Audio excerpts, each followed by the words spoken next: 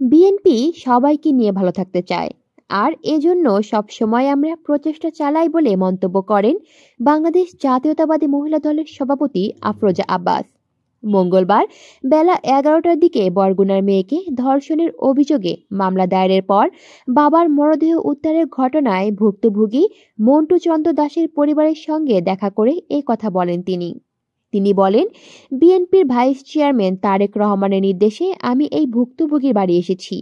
যে কোনো নির্যাতনের ঘটনায় সবার আগে বাংলাদেশ জাতীয়তাবাদী দল ভুক্তভোগীর পাশে দাঁড়ায়।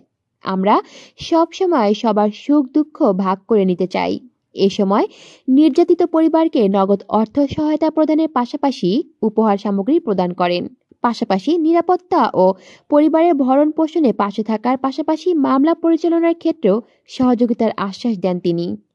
কলি শিকদার, বাংলা নিউজ নেটওয়ার্ক।